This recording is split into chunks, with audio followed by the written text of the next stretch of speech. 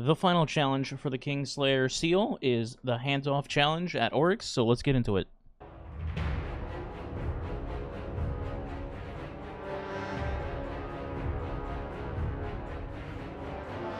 Before we get into the actual challenge, I'd like to talk about weapons real quick, just to recommend some stuff.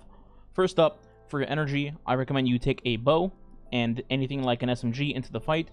Reason for this is there will be overloads on the plates instead of knights, so you want a bow because it's an easy stun outside of your one player running divinity, and also a void bow would help because there are void acolytes in the fight, so it's kind of a little 2-for-1 for champs and void acolytes.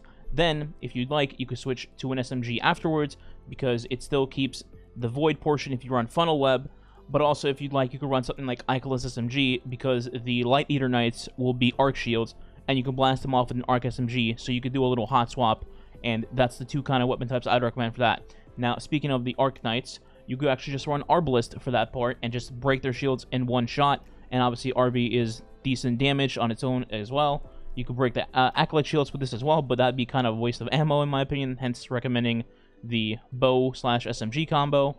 And then finally for DPS, if you own this gun, there's quite literally no reason to run anything else. Cataclysmic with bait and switch. Yes, I know, haha, 69, very funny. Cataclysmic with bait and switch is by far and away the best thing to use in this encounter.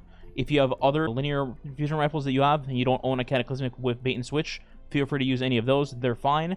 But if you do own Cataclysmic with this perk, just put it on. There's no other reason to do anything else. Now for DPS, I would like to note that you should probably take off the bow and the RB, just on the fact that if you're using bait and switch, you want to fire your weapons fast and not like at the slow pace of a snail.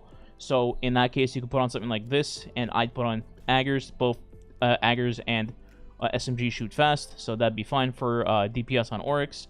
Just a little tip there. But aside from that, you also want to have this on because you're going to be making solar wells through the entire fight. It is so incredibly easy to make solar wells in this boss encounter, it's not even funny. Fusion grenades, celestial fire, knives from hunters, hammers from titans, all of which can make a solar well with a melee wallmaker slash elemental ordnance, so that's a big reason to keep this on. Final note I'm going to mention about Aggers. For this particular challenge, it's really good on top of already being normally good. The reason for that is it can just shred through all of the ogres almost instantly with its catalyst proc. So if you're a player who's not using Wall of Radiance, for example, and you're just a hunter on like Blade Barrage or a titan on Sunspots because of Bonk Hammer, you just activate the Catalyst perk for Aggers, and it'll melt all of the ogres in this fight, or any of the ogres that you need to kill for the challenge, which I'm going to get into in a second here. So just a quick shout out to Aggers. Also, for those of you that may not know what melee wallmaker and elemental ordnance are, real quick right here, power with melee combatant final blows, spawn an elemental well. So basically you punch a thrall, or throw your fire with a warlock at a thrall.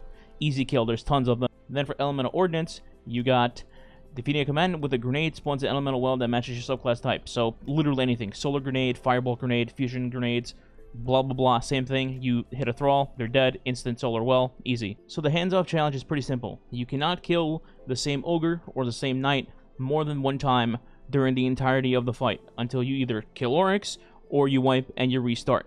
This means no matter which way you do this encounter through the challenge mode, you cannot kill the same corner enemy more than one time.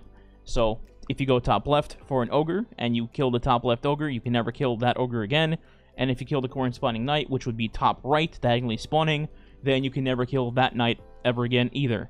So with this being said, there's two strats that you can use for this that are fairly simple and get all the chaos out of the way for the challenge. By the way, in case you're curious why you're seeing pretty terrible damage on screen, it's actually because the footage is from our day one contest mode of doing Oryx challenge, and that's why we're doing like half the damage you normally would do to Oryx.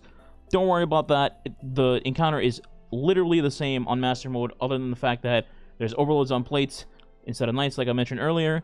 The Light Eater Knights are arc, and the acolytes are void. Everything else is exactly the same, and difficulty-wise it's actually easier than contest. Anyway, moving on. So the first strat I want to mention is the rotator strat. The rotator strat consists of you having one person in each corner of the arena, so the 4 total people sit on those, and then you have 2 floaters in the middle, and what you would do is you would start the fight, Oryx would slam on the plate, but you wouldn't immediately jump on the plate and have somebody get torn. Instead, you have each of the 4 players kill their corners for their respective ogre, and then kill their respective knight spawn in diagonally across, before starting the boss fight. So let's say you're starting top left, you would kill the top left ogre, then you would look diagonally across to top right, kill that knight, and then your job is done. And that ogre and that knight are officially done for you for the rest of the fight.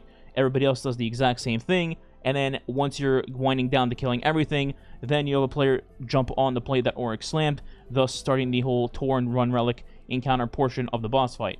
Run that like normal, and if you're fast enough, you will get everything done nice and smooth and quick, and then continue to damage phase as normal. Now, I will note you have to go moderately fast for this strat to work, because, well, Oryx is not just going to wait for you forever to do the whole encounter and then come back to him. So, if you're a fire team that is not experienced, or maybe you're struggling because of light level, and you're not going quite as fast as you should be, you could cut out the portion about waiting around, and instead start the encounter completely normal and hop on the plate immediately. Still have 4 people in the corners ready to go to kill ogres, but if one of them happens to get torn, one of the 2 floaters in the middle can just take that person's spot. So if, you know, top right gets torn, they'll be like, top right, take my spot, and then you switch out, still have 4 people in corners, and then just do the running portion like normal. You don't lose time, and then once the first person gets the relic and they're, you know, coming down, you kill the overload champ on the plate, and then, you know, make a check for are all ogres dead, are all knights dead, and then after the overload's dead, you hop on the second plate,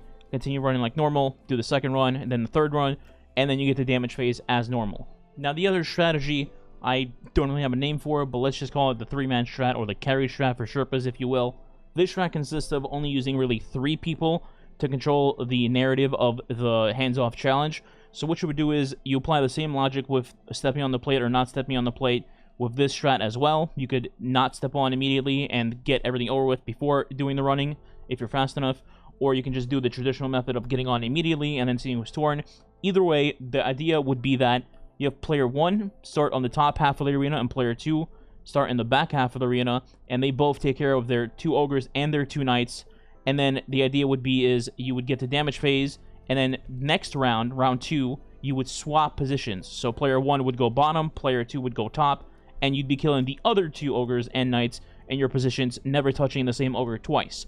And then in 2 damage phases, ideally, you would just kill Oryx and get the challenge done. Bang, it's over, and you're good to go. Now, you're probably asking, well, what if one of them gets torn? Well, this is where the 3rd man comes into this strategy. So you would assign a 3rd man to be the spotter or the floater, whatever you want to call it, and then if one of the 2 players that are doing their job happens to get torn, you just call it out, hey, I'm torn, take bottom or take top, and then the 3rd man slides into that position and does the exact same thing, and you just rotate as normal, like I just mentioned with player 1 and 2, get the job done. Again, if you're optimal with your damage, you can get it done in 2 phases, so only really 2 people have to worry about the ogre and the knight workload, and it'd be nice and simple, while your other 4 players take care of, you know, ads, running on the relic, etc., and job gets done. If you happen to not get the kill in 2 phases on Oryx, that's fine. At this point, you can sub in player 3, and then a 4th player can come in and do the exact same job. If you didn't have player 3 sub in at all during the fight, and 1 and 2 took care of everything, then you're good to go. Just set up 3 and 4 on top and bottom, and that's good. If you had player 3 slide in, then whatever side player 3 has not taken yet, you would have them take the opposite, the one they didn't do yet, and then player 4 takes the other side that player 3 did not pick, and again, you just run as normal, and then in 3 phases, you should be good to go to kill Oryx, hopefully with 6 Cataclysmics and a div.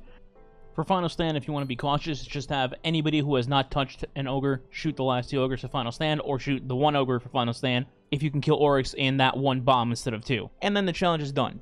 It's pretty simple, straightforward once you get used to it. I'd say it's probably the 2nd hardest challenge to do in terms of the challenges in King's Fall, but not anything crazy. I would imagine most people will still say Totems was the hardest. I don't think it's easier than War Priest, personally, but some people might disagree. In any case, I kind of enjoy this challenge, definitely more so than like Golgoroth or Daughters. In those encounters, you kind of go a little bit, but hey, it is what it is. So hopefully I explained everything nice and smooth, and if you have any questions, feel free to comment. I'll try to answer them.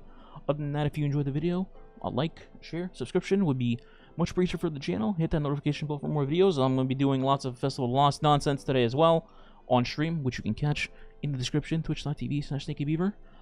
And that's it. I'll catch you guys in the next video or in stream. Alright?